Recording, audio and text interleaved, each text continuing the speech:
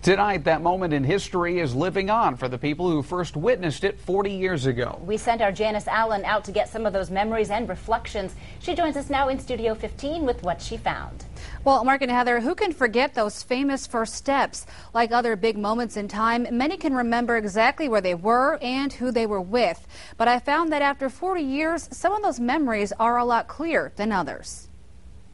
It was so awe-inspiring, and that they were actually on the moon. Afterwards, when you looked up, you just realized that, yeah, we were there. July 20th, 1969. It's a day many will never forget. I don't know exactly where I was. I suppose we were all watching television. I mean, we were glued to that. 40 years ago on that day, they were images seen around the world. Two astronauts leaping into history by helping the U.S. win the space race and becoming the first men on the moon. Do you remember the name of those first two men?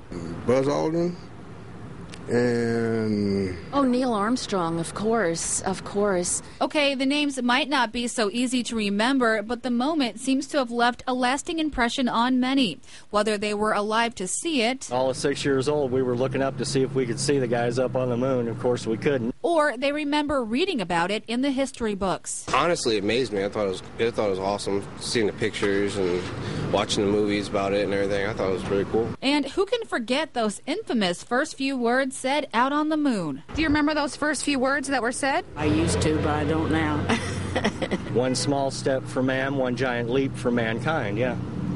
Yeah, one of the greatest quotes I've ever heard, yeah. Words that were all too true then, and now more than ever, 40 years later.